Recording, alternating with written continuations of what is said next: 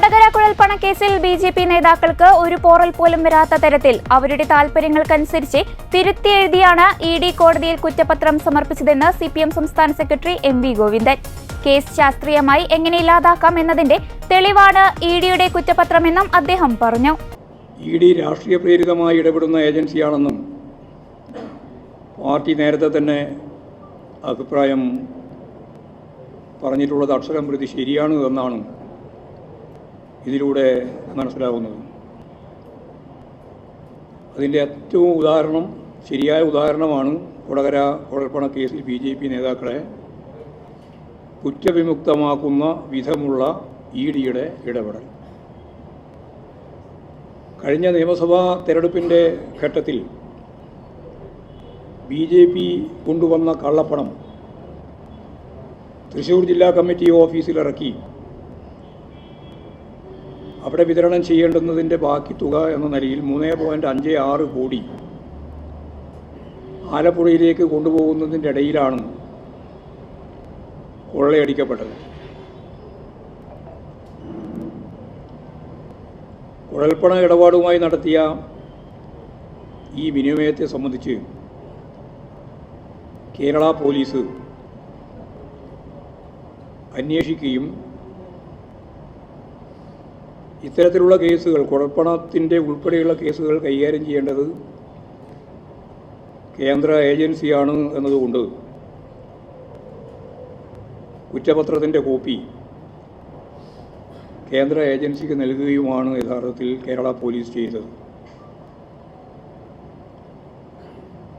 മാസങ്ങളും വർഷങ്ങളും കഴിഞ്ഞിട്ട് ഇഡി അന്വേഷിക്കാത്ത സാഹചര്യത്തിലാണ് ഹൈക്കോടതിയിലുള്ള കേസിൻ്റെ ഭാഗമായി ഇഡിക്ക് നോട്ടീസ് അയക്കുകയും അതിൻ്റെ അടിസ്ഥാനത്തിൽ ഞങ്ങളത് അന്വേഷിക്കും എന്നവർക്ക് പറയേണ്ടി വരികയും ചെയ്തത്.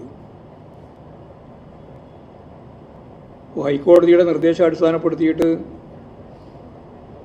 അന്വേഷിക്കാൻ സമ്മതിച്ച ഇഡി അതിൻ്റെ ഭാഗമായിട്ടുള്ള അന്വേഷണ റിപ്പോർട്ട് എന്ന രീതിയിലാണ് ബിജെപി നേതാക്കൾക്കെതിരെ ഒരു പോറലും വരാതെ രീതിയിൽ ചാർജ് ഷീറ്റ് തന്നെ തിരുത്തി എഴുതി ബിജെപിയുടെ താല്പര്യത്തിനനുസരിച്ച് ഇപ്പോഴും കോടതിയുടെ മുമ്പിൽ എത്തിച്ചിട്ടുള്ളത്.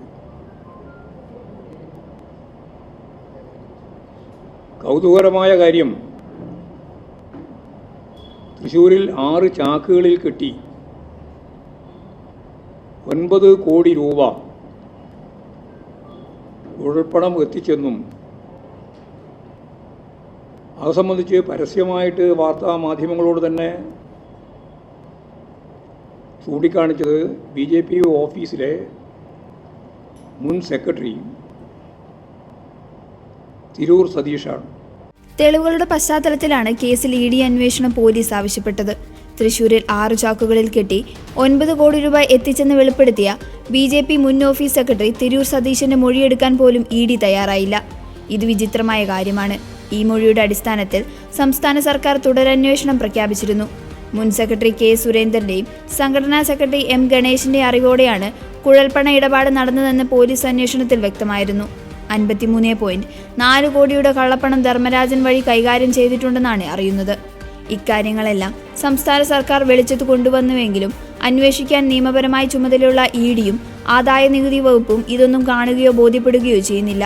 ഹൈക്കോടതിയുടെ നിർബന്ധത്തിന് വഴങ്ങിയാണ് ഇഡി കുറ്റപത്രം നൽകിയത്. ആലപ്പുഴയിൽ ഹോട്ടലിന്റെ വസ്തു വാങ്ങാനാണ് 3.56 കോടി രൂപ കൊടുത്തുവിട്ടതെന്നാണ് ഇപ്പോഴത്തെ വാദം.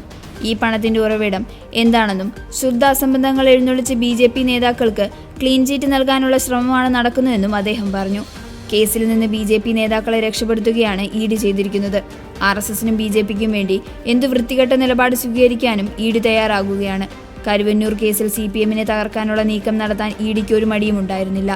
അരവിന്ദാക്ഷൻ ഉൾപ്പെടെയുള്ള നേതാക്കളെ ജയിലിലടച്ചത് ഇതിന്റെ ഭാഗമായാണെന്നും ഗോവിന്ദൻ പറഞ്ഞു. ഇത്തരം പ്രവൃത്തികൾ പൊതുസമൂഹത്തിൽ ചോദ്യം ചെയ്യുമെന്നും 28-ന് കൊച്ചിയിലെ ഇഡി ഓഫീസിനു മുന്നിൽ പ്രതിഷേധ സംഗമം നടത്തുമെന്നും അദ്ദേഹം പറഞ്ഞു. ED ഓഫീസിലേക്ക് 29-ന് നടത്തുന്ന പ്രതിഷേധ മാർച്ചിനു പിന്നാലെ ഗ്രാമങ്ങളിലും പട്ടണങ്ങളിലും EDക്കെതിരെ യോഗങ്ങൾ സംഘടിപ്പിക്കും. ഇനി ഏത് CPM നേതാവിനെതിരെ ED നീങ്ങിയാലും അത് രാഷ്ട്രീയമായാണ് എന്ന് വിശ്വസിപ്പിക്കാൻ കഴിയുമെന്നാണ് CPM പ്രതീക്ഷ.